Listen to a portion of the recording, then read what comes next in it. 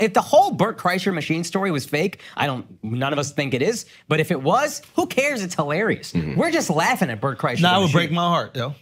It would shake your confidence? It would break my heart if the machine story wasn't real. You've been calling the machine this whole time for no reason. Nah, I wouldn't care. I'd be so happy with it. I'd be more impressed that you could make up that whole story. I thought it was fake.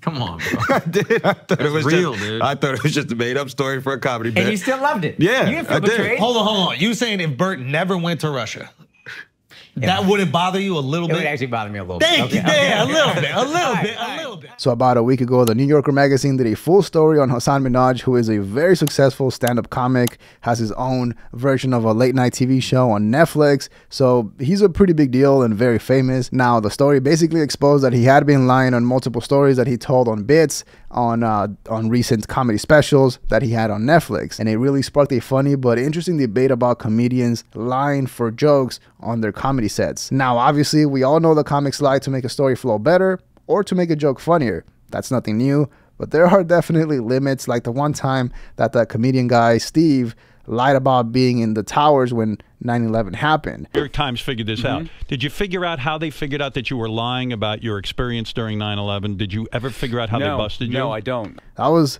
pretty bad because something similar happened to him when the New York Times did a story about him and found out that the story that he told was completely false. And well, recently on their last episode, Andrew Schulz and the crew gave their take on Hasan and the whole situation. They talked about comics that lie to make a joke work better. And they actually brought up Bert Kreischer because, of course, he's a perfect example of somebody that blew up and has one of the most successful comedy stories or comedy bits on YouTube. I believe the machine story has over 45 million views on YouTube alone, which is completely insane. And some people wonder if it's an actual true story or if it's exaggerated a bit. I mean, I definitely don't think it's all real, but it doesn't really matter when it comes to Bert because he's completely in a different field than Hasan Minhaj. But anyways, since they are comics and Akash himself is also an Indian man, I thought their perspective was pretty interesting. So let's take a look. Welcome to Flagrant, and what a weekend for theatrical comedians. Some very interesting news comes up about our boy Hasan Minhaj. The actually annoying thing about Hasan, you're gonna get these fucking jokes. You deserved it, but I like Hasan. He's a charming guy. He's a nice dude. Always been nice to me, but you deserve this. Anyway, so many things out there. But listen, tons of material for him to still mine. For all of you that are confused right now, news has come out. There's a New Yorker article that Hasan Minhaj may have been fabricating some things in his Netflix specials. Wait, but Andrew. Yes. Comedians make up stories all the time. That's true. Now, usually we do it to make things funnier. Yeah. Not make things more racist or sad. Yeah. Or emotional. Yeah. And I think that's the tricky thing here with like in his stories. It's not like he was using these exaggerations or hyperbole as punchlines. He was using them to kind of make the audience feel worse about him. Right away, you can tell that they're not the biggest Hasan fans, and it's understandable. I'm not the biggest fan either. I mean, I know who he is. He's extremely successful. He's famous, and he's an actual stand-up comic. I believe he used to open for Cat Williams and Gabriel Iglesias. He also has multiple Netflix comedy specials, has his own TV show that has actually won an Emmy Award, which is pretty wild. And if you look at the show, he's a great performer. I mean, the guy knows what he's doing, and he's there for a reason.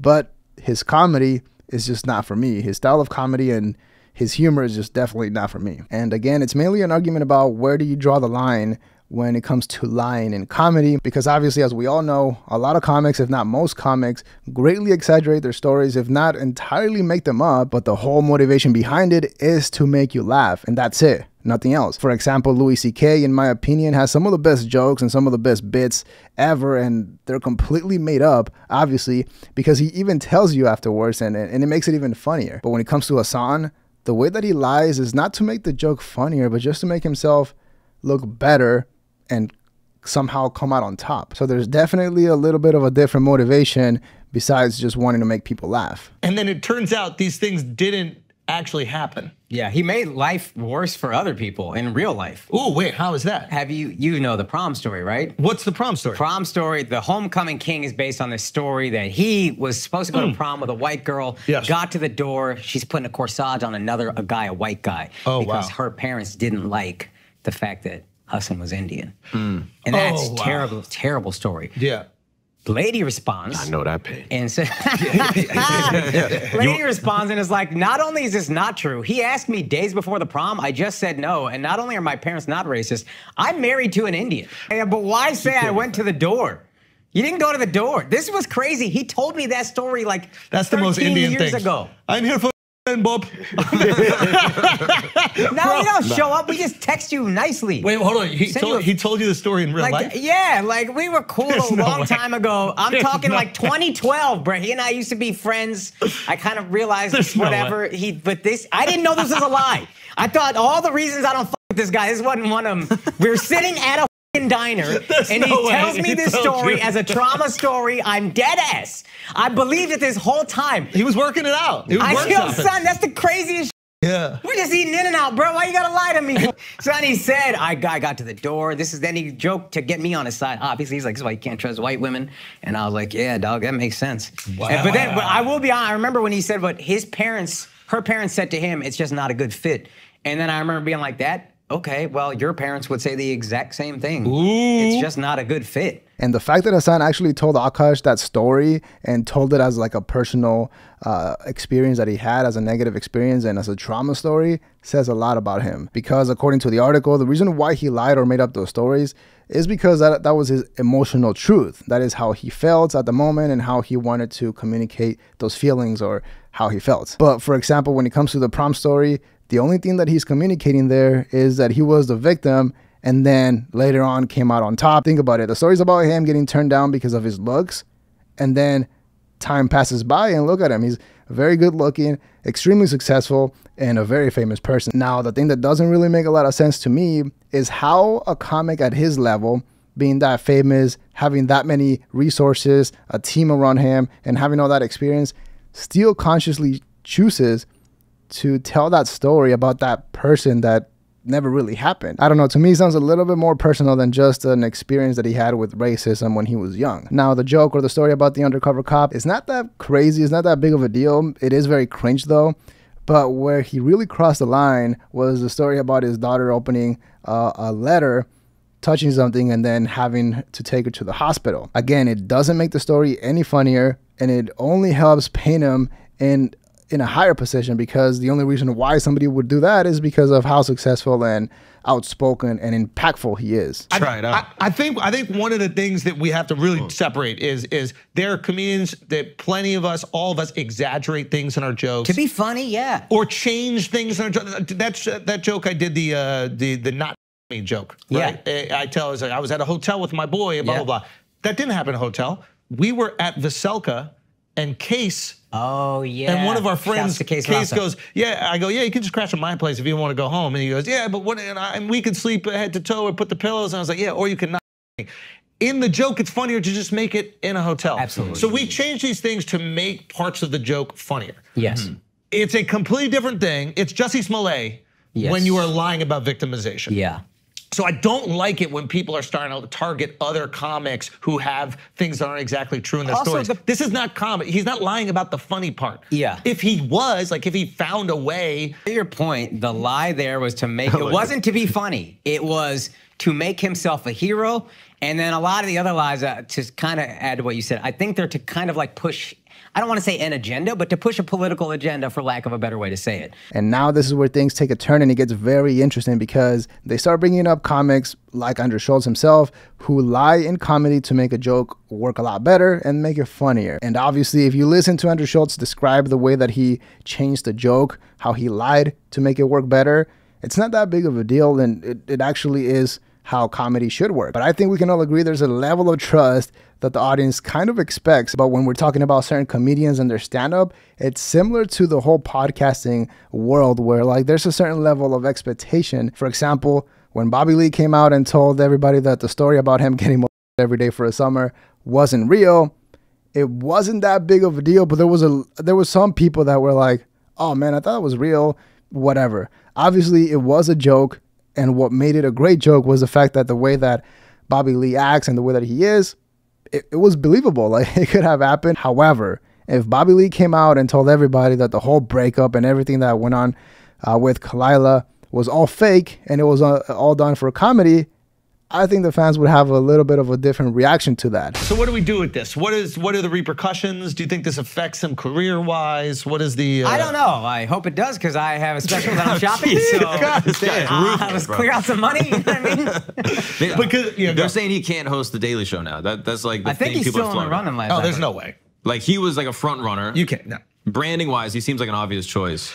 I don't. Branding-wise, he's obvious. Skill-wise, he's obvious. I mean, he's an excellent host. Yeah. He's fantastic. They should have offered him way before this article.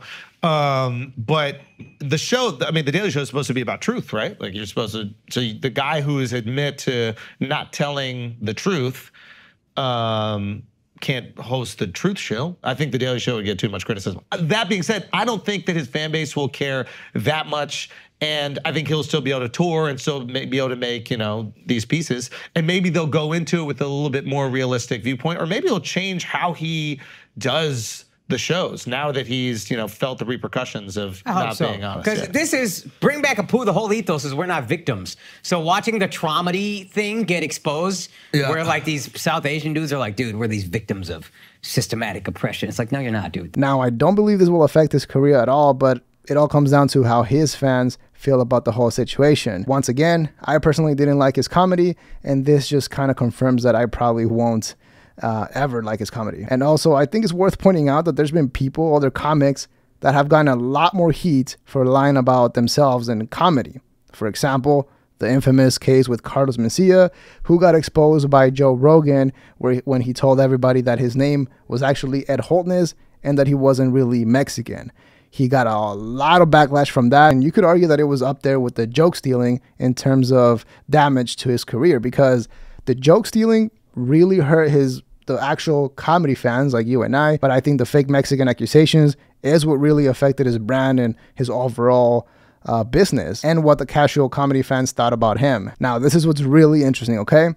Hasan Minhaj did not lie about being Indian, but he did lie about having experiences that an Indian person would have, negative experiences, okay? Now, Carlos Mencia, on the other hand, he did lie about being Mexican, but he didn't really lie, or it's unlikely that he lied about his experiences being a Hispanic or Latino man in California. I mean, according to him, his mom is Mexican. Shtick was, the Mexican jokes. Like your shtick was, it's not a shtick. My mom's Mexican. No, I get that. Who changed my name to take advantage of the Mexican thing. Not that my mother who raised me is Mexican. No, that's not it. It's this. Either way, I think it's the combination of lying and then using that to get uber successful and make tons of money that might make some people question where you're coming from or the stories that you're telling. At the end of the day, you could argue that it's all jokes and it doesn't really matter because it's comedy, and I guess that's fair. But I've seen some people online argue that all comics and every single joke is a lie, which it's not only bad faith, but it just doesn't really make sense. But I've seen people arguing online saying that all comedy is fake, it's all jokes, so it doesn't matter at all.